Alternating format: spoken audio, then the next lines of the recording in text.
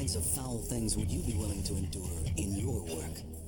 Would you wade in pigeon droppings for hours at a time? Collect corpses from the grisly scenes of car crashes, murders, and suicides? Or dive into sewers through waters filled with excrement, toxic waste, and dead bodies? What kind of work would be taboo for you?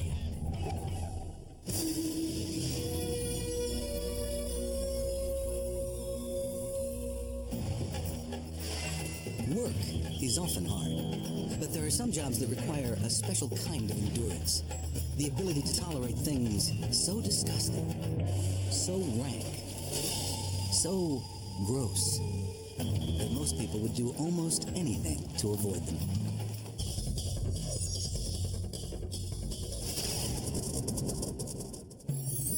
In the 1,200-year-old city of Fez, Morocco, people still do their work the old-fashioned way.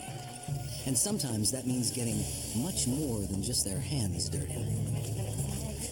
In one factory here, it means practicing one of the most noxious crafts on Earth, the revolting job of turning raw animal skins into beautiful leather.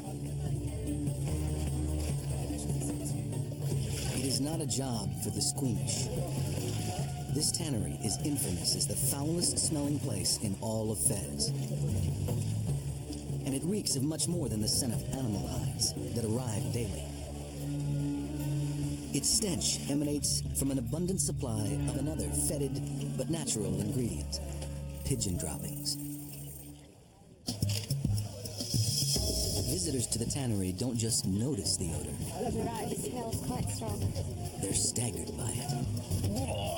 Oh my god. Initially, when you sort of first smell it, it's really overpowering, and it's like, to me, it smelled like manure. There's a manure smell, and then there's a smell that's quite sickening. It'd be awful, absolutely awful to have to work here. The smells are a particularly powerful elicitor of disgust. Paul Rosen is professor of psychology at the University of Pennsylvania. When you smell something, you take it into your body. It's almost like eating. So there's something more intimate about smelling than there is about seeing or hearing. But like all dirty and smelly work, somebody has to do it. Every day, 17-year-old Musin must wind his way through the ancient alleyways of Fez. He is following in the footsteps of the countless generations who have labored before him in this 600-year-old tannery. I knew about the smell because before dropping out of school, I used to come help my father in the tannery. My first time here, the smell was terrible. I felt like I was suffocating. I couldn't bear it. But after a while, the smell simply became normal for me. I no longer noticed it at all. After just 3 years here, Musin's tenure has been relatively brief. But his father, Abdel, has been breathing in the tannery stench for more than 3 decades. My father taught me everything about the tannery. I do the same thing as he does.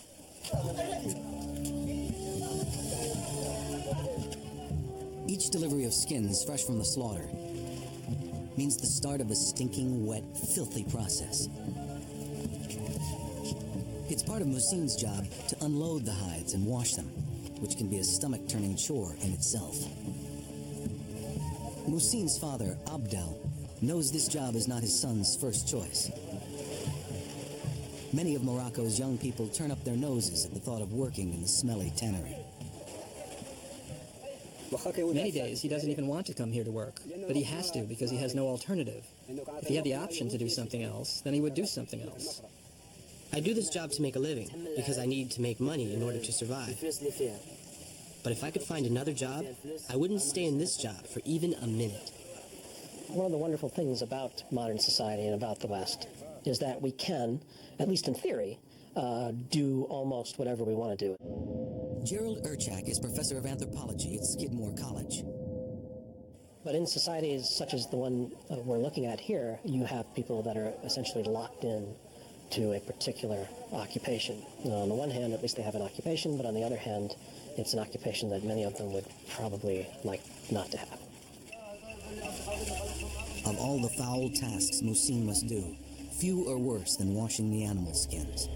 And there's no other way to do it than to climb right into the tub. A fetid sewer of animal hides, flesh, hair and bacteria. Exposure to the filth makes Musin and his co-workers more susceptible to infections, particularly if they were to have any open sores or cuts. And the waste just keeps flowing. While Musin rinses his lambskins, others prepare cowhides for tanning, scraping the leftovers into the same near-stagnant pool. Cleaning is just one part of this job, but it alone is enough to disgust or even sicken many outsiders. Disgust is, in large part, though not entirely, about sort of contact with our animal nature. And so anything that puts you into contact with that would be inclined to be disgusting. Anything having to do with the insides of the body, like, animals have guts and things and blood inside them, and we share that with animals. And that kind of sharing of things with animals is sort of offensive to people. People like to think of themselves as better than animals, above them, and they don't like the reminder that they're really an animal, basically just a fancy animal. Nothing about this job is for the faint of heart, but Musin has learned to appreciate its benefits. My friends who work in other professions tell me that my job is good because I can take a swim in the water in the summer. It's not like other jobs, such as working for a shoemaker, where you have to stay in the same place all day long. The tanning process isn't just dirty. It's also dangerous. Musin has to paint the skins with a lime mixture to separate the lamb's wool from its valuable hide. But the acidic lime can burn human skin. He works very carefully under the ever-watchful eye of his father. If you are going to do something, you have to do it properly. This work has changed little since medieval times, when the skills of tanners and bookbinders helped make the word Morocco synonymous with fine leather. Yet despite its reputation, the reward for carrying on this unappealing job brings beginning tanners just $2 a day, and very experienced ones about $5. Musin's work is overseen by the owner of the skins. He knows that virtually all the ingredients used at the tannery are natural, and over the years has come to swear by the power of the bark water in this vat as a cleansing mouthwash. Its techniques may be organic, but the tannery is far from a sterile place to work or to visit. Coming up, visitors to the tannery endure some of the world's foulest smells. Many tourists have vomited here. And later, would you volunteer to be a body collector?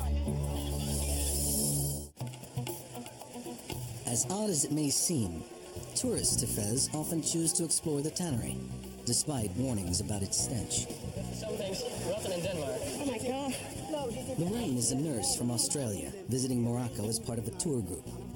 From above, they are getting their first glimpse and whiff of the tannery.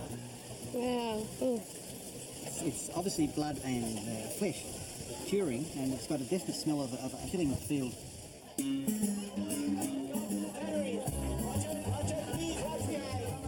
Before entering the heart of the tannery, the tour guide prepares the group for what's to come. Who gives the bad smells? It's not the skin, it's the sheets of pigeons. Yes, we use the sheets of pigeons to make them softer. Really? Yes, because in this part, Workers here may be accustomed to the stench, but they know it can hit visitors like a blow to the gut. Many tourists have vomited here, not just one or two. The guide gives the tourists fresh mint to use as an air freshener.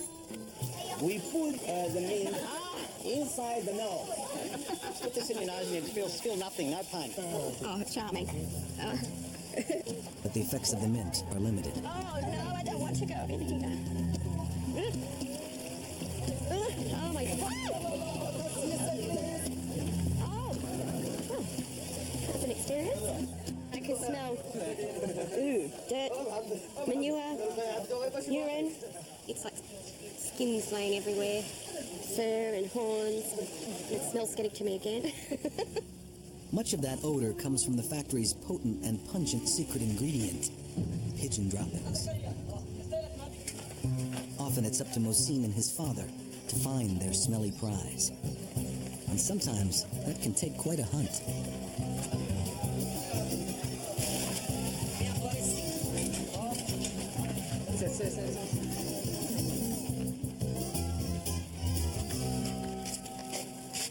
Today's search takes them to the house of a family friend who keeps pigeons on his roof.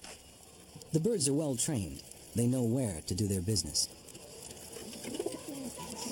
Normally, it takes about a pound of pigeon droppings to tan 5 animal skins.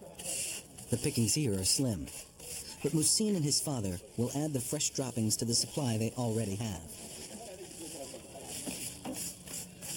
The smell inside the coop is tolerable. It's when the droppings get wet and mix with decaying flesh that they really cause a stink.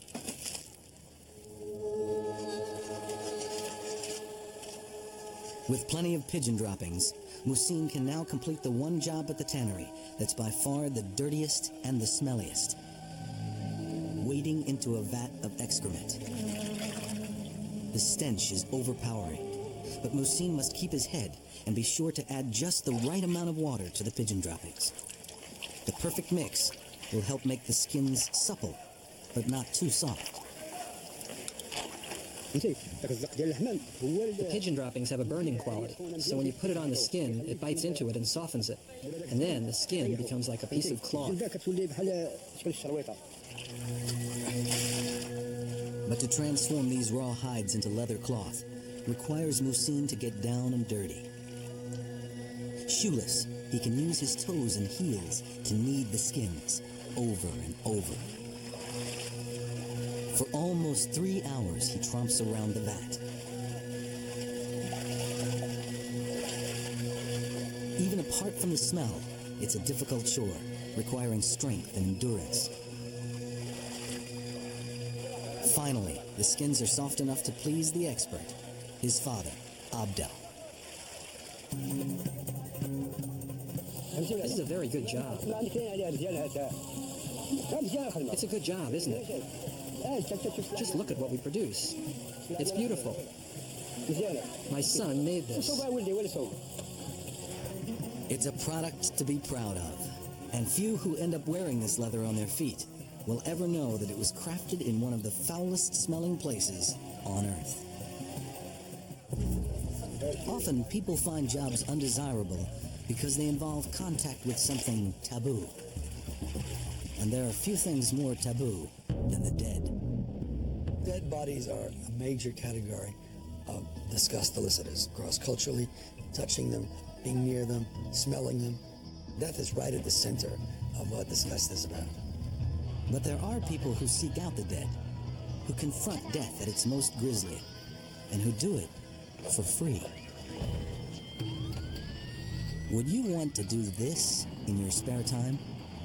Spend your nights rushing to grisly scenes, auto accidents, fires, and horrible crimes, and then retrieve the dead bodies? Would you volunteer to be a body collector?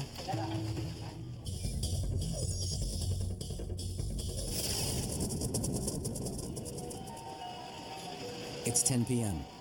On the streets of Bangkok, Thailand, another motorcyclist has met a tragic end. And 29-year-old Benjawan Makmi is at the scene. But Benjawan is not a paramedic or a nurse. She's a housewife and mother who night after night faces death voluntarily. The blood and twisted body of the victim would sicken most people. When Benjawan handled her first corpse, she was no different. I was very shocked. I'd only seen this on TV. Never the real thing. I felt like I couldn't take it. It was so scary. Touching the dead may be the one thing that terrifies nearly everyone. In many cultures throughout the world, there is a strong taboo against it. Death is a polluting event for most people. It's a contaminating event. If you touch death, somehow the dead body, it sort of takes on it, it enters you in some way. It's a sense of you catching death almost by touching it. By night, Benjuan does a job many view as disgusting and filthy. By day, she earns a living keeping things clean. She makes a modest salary taking in others' laundry. While to kids in the West, it might seem normal for mom to volunteer for the PTA or the local soup kitchen, Benjuan's children have had to get used to the fact that their mother chooses to pick up dead bodies. And in this household, Benjuan's not alone. Her husband, who works as a contractor, also volunteers as a body collector. Why would anyone want to do this? Although it's gross work, for them, it's good work. As Buddhists, they believe they'll be rewarded, if not in this life, then in the next. I think that if I do good now, then after reincarnation, good things will happen to me and my family. Right now might be difficult, but the next reincarnation, or the next day, we'll be a little better off.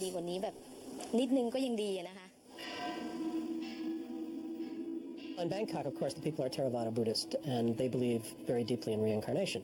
So if you carry out your duties in this life the best you can, that greatly increases your chance of coming out better in the next life.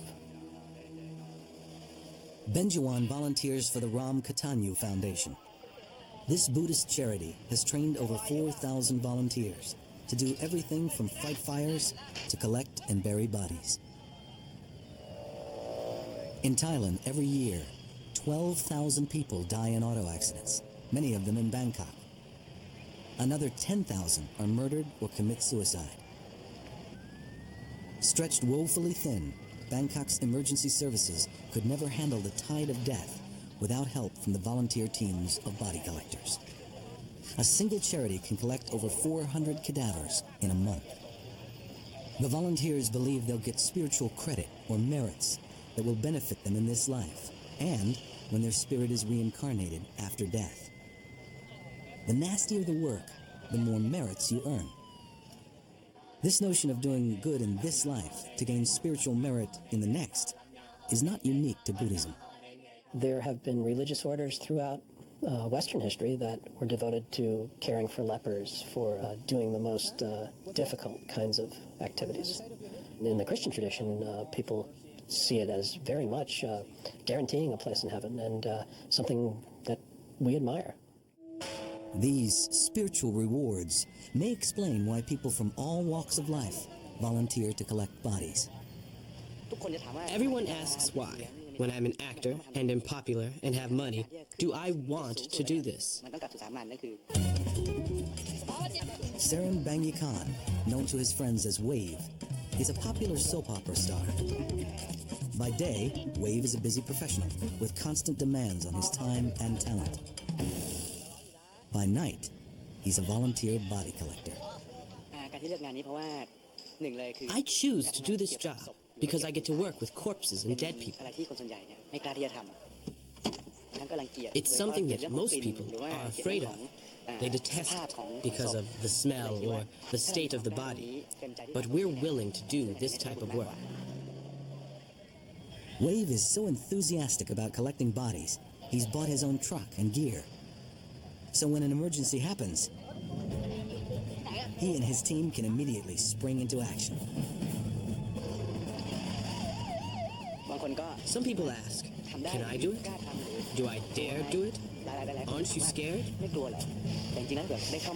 When you come into work and get used to it, and you're not afraid anymore, you want to keep doing it, and you want to use all that you have to help them, to help the people in this society. Coming up, Wave must face a disturbing death. And later, could you earn your paycheck diving into raw sewage? For the volunteer body collectors of Bangkok, auto accidents are disturbing enough. But even worse are deaths that are not accidents at all. We got a call about someone who hung himself in a rented room. We are waiting for the police to come and for the doctor to determine if it was a suicide or a murder. Wave and his team go in once the doctor rules the death a suicide. What they find is grisly. the man has been dead for 2 days. Before Wave does anything else, he pulls on his gloves. There are many kinds of diseases like AIDS and things like that that pass through the blood and wounds. Everyone's afraid of that. Every time we go to work, we have to wear gloves, no matter if they are hurt or are dead, just for protection. Once the coroner and the police are done, they make way for the body collectors. In Thailand, suicide is considered a crime worse than murder because it denies the spirit the chance for a positive reincarnation. Wave knows few would be able to confront such a horrible death. Sometimes people want to help, but they don't dare to. They are probably afraid of the smell, afraid of the blood, dirty things, messed up things, or they are afraid of the diseases you might get. And the smell that touches your clothes and your body? Sometimes we have to throw our clothes away because there's no way to wash the smell out. The dead man must be fingerprinted before being taken to the police station. The morgue is overcrowded. Without a way to identify it, the body might get confused with another. Then the body collectors wrap the corpse with absorbent paper to prevent its fluids from escaping. Throughout, the volunteers handle the cadaver with utmost respect. And if a victim's family cannot be found, the body collectors will even provide a funeral for him. For Wave, any death, even this one, is made easier to face when it's considered a natural part of life. People are born, get old, get sick, and die. It happens to everyone. You don't know when it will happen, so we learn acceptance. Wave's team is just one of many charities in Bangkok that collect bodies and spiritual merit. It's not uncommon for several of them to answer the same call, each fighting to be first on the scene. Body collecting is like a competition, it's like a game. Who can get to the body the quickest? Andrew Matzner is a lecturer at Hollands University. I have heard of accounts where members of two charitable organizations that collect bodies will arrive on a crime scene at the same time and will come to blows. These people will actually come to blows over this corpse. More often, however, volunteers show only reverence for the deceased. They see their job as not just collecting bodies, but helping to guide the spirit on its way. It's 11:47 p.m. Benjuan Makmi and her team are the first body collectors to arrive on the scene of a grisly car wreck. A car crashed into a concrete platform. The injured have been sent to the hospital, and there is one dead male. The victim is a high-ranking police officer, his body still pinned in the mangled car. While some volunteers rush to comfort his wife, who's just arrived, Benjuan helps emergency workers free the corpse.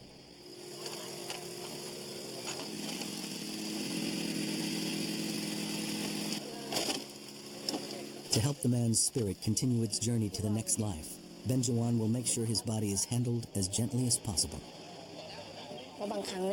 When a person is dead, we should respect them. We can't just treat them any way we want. They still have a heart, like we do. Once removed, the corpse is inspected for wounds and to ensure that any severed parts are collected. Some Thais believe that any missing fingers or limbs will also be absent when the person is reborn. Many people here also believe that after someone dies, their ghost still hovers around the body. Even Benjuan believes the dead person's spirit is sometimes watching her. Some people wonder if ghosts follow us or not. If that happens, I think they just want to protect us. We don't do any harm because we only help them. So they just come and protect us. And when the collecting is complete, the volunteers pause to commune with that lingering spirit. We pay it respect. We ask for forgiveness if we did anything wrong in handling the body. Is touching the body bad? No, because the dead are like us. When they were alive, they had life like us and skin like us. So the more you help them, the more you're blessed. Benjuan insists she will continue to volunteer, collecting the dead in order to collect more spiritual merit. Do I ever think about quitting? Never. If there are accidents, I think about how I'm going to help. And if they lost their lives, how I'm going to get the bodies out. That's what I think. But do I think about quitting? It's never in my thoughts.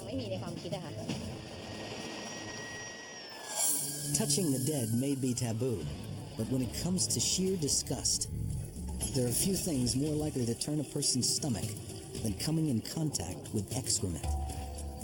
Would you take a job swimming in human waste?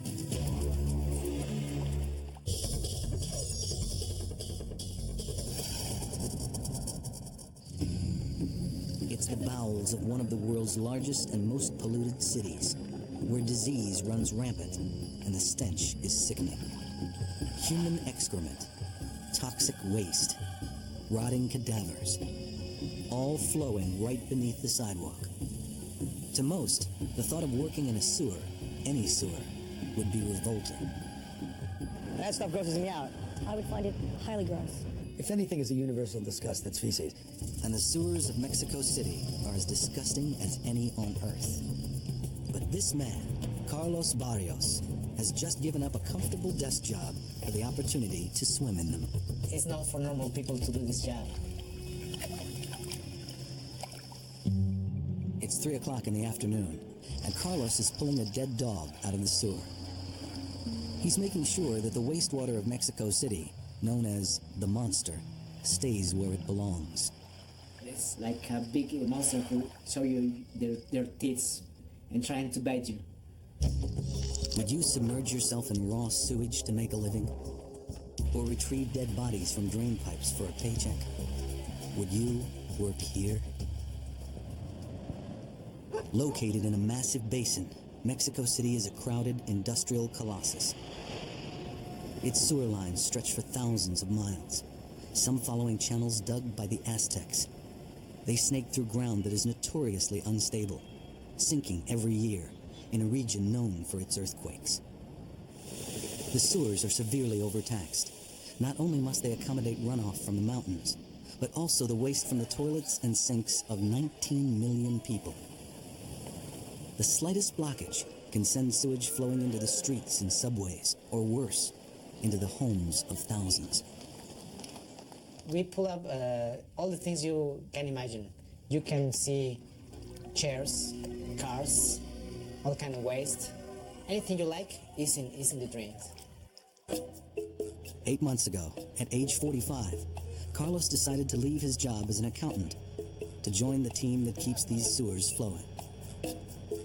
I have worked for the city about 24 years. When I get bored of the office job, the opportunity came for me to dive, and I took it. It was a great change for me. I changed my life completely. For a mere $500 a month, Carlos swims through human waste to repair drain pipes and pumps and to clear blockages. Not many people would want to dive into a cesspool, no matter how bored they were at the office. But there's another reason Carlos spends his days wading through human and chemical waste. He likes it, swimming and diving. He likes it a lot. Carlos may enjoy his work, but his wife Monica is not quite as enthusiastic. It's really dangerous for him. Each time he goes, I pray for everything to turn out fine, and for him to be okay. Monica has good reason to worry.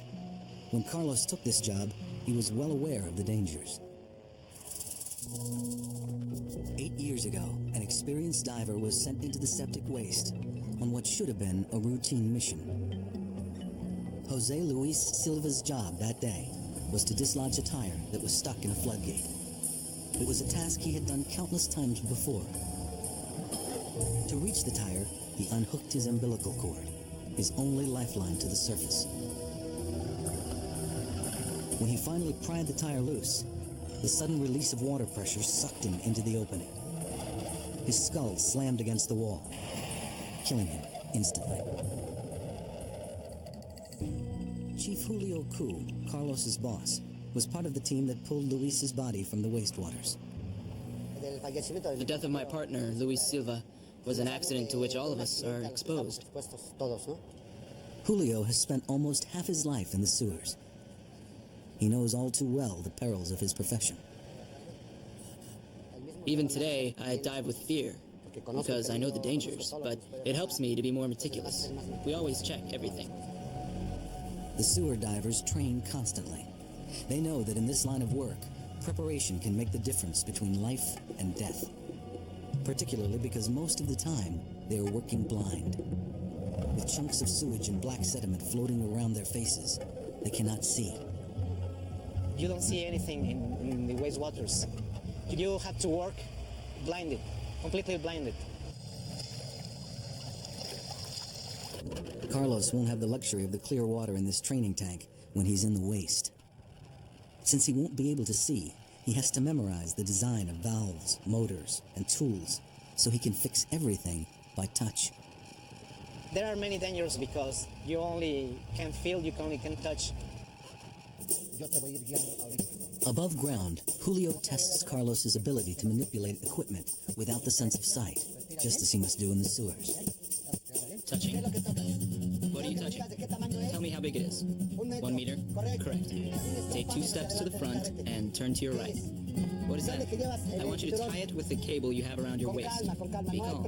There is no rush. It's all so that Carlos will be ready when catastrophe strikes, as it did in June of 2000. In the suburb of Chalco, torrential rains caused a major canal to burst, spewing raw sewage into 10,000 homes and transforming backyards into 6-foot-deep cesspools. The threat of cholera and other diseases caused authorities to issue a health alert, and thousands of residents were evacuated. Julio and his crew were called to action, sparing countless more from further disaster. We segmented the canal so that the water did not reach houses. In Chalco, a lot of people worked. Policemen, firefighters, people with the army. We all worked together, but the most important job was done by us. Today, Julio, Carlos, and the team have come to protect this bustling neighborhood from a similar fate. Coming up, an emergency call sends Carlos into the foul depths to do battle with the monster. Keeping Mexico City free from flooding sewers is a non-stop job. Carlos's mission is to descend into the sludge beneath the busy intersection with his partner, trudge through a river of swift-moving sewage, assess the pipes for repairs, and get out unscathed. To most people, the thought of being lowered through a manhole almost 4 stories down would be unsettling, not to mention landing in water that carries disease, feces, and industrial waste. The sewer divers will have to work quickly. These pipes may contain poisonous fumes that can asphyxiate them. The sewer doesn't just stink, it's noxious. Nothing lives in there. Nothing. No rats, no roaches, nothing. It's a very hostile environment. And this is what sewer divers call a routine mission. Carlos radios Julio to let him know their progress. They find some cracks in the pipe walls, but for now, it's nothing to worry about. They'll return in several months to check on the trouble spots. Next time, it may not be this easy. Back at the base, Carlos barely has time to stow his gear when emergency calls. The Alculco pumping plant has a mysterious blockage, and it needs to be cleared immediately. Someone will have to plunge into the toxic waters and uncover the problem. Once again, the dirty job falls to Carlos. I'm gonna suit up, I'm gonna dress up, and I'm going to get down and search it. Be calm and careful. If anything happens, don't despair. I'll be the one to make decisions. We will be very safe. It is Carlos's life, so we will be careful. Carlos has no idea what to expect. He must be ready for anything. Garbage and human waste aren't the only things dumped into these sewers. Julio's team alone has hauled out more than a dozen corpses, most of them murder victims.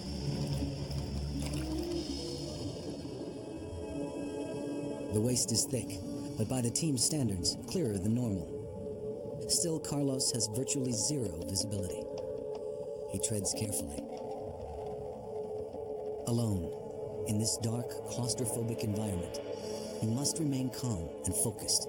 Confusion can mean death. I can feel this darkness, this loneliness, and I concentrate in my work, because if you begin to think about the danger you are, you begin to be in panic. It's like a big grave, not to be a human being, just to be a part of that waste. To keep Carlos's anxiety in check, Julio stays in close contact. We talk a lot to them. When they are inside the waters in the dark, it calms them down to listen to the guide. Carlos tries not to think about the soup of bacteria he's swimming in, including tetanus, typhoid, and cholera. His suit protects him, but it isn't armor. A sharp puncture could wreak havoc.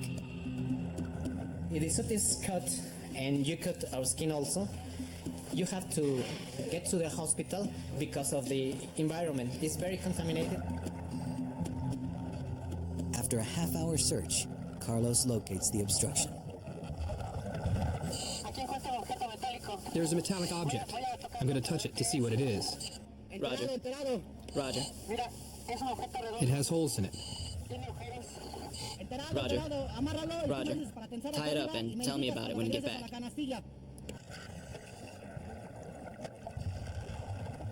Thankfully, it's not a dead body, but a rusty wheel from an old sewage pump. Once they've located it, the team makes swift work of the problem. I'm in the basket. I'm inside the basket. Roger. I'll proceed to bring you back up. Raise it.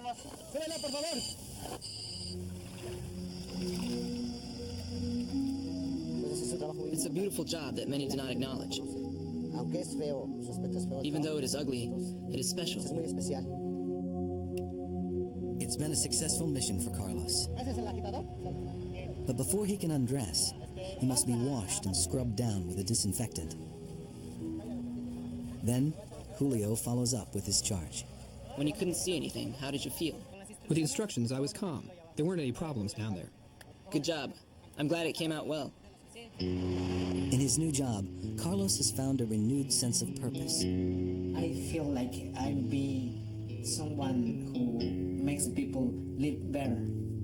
That kind of sense of being good, be helpful, and to be in a job that makes the people have a good service. With infinite amounts of sewage to tend to, it's unlikely that Carlos will be getting a vacation anytime soon. He's got plenty to keep him busy, performing one of the planet's grossest jobs in the bowels of Mexico City.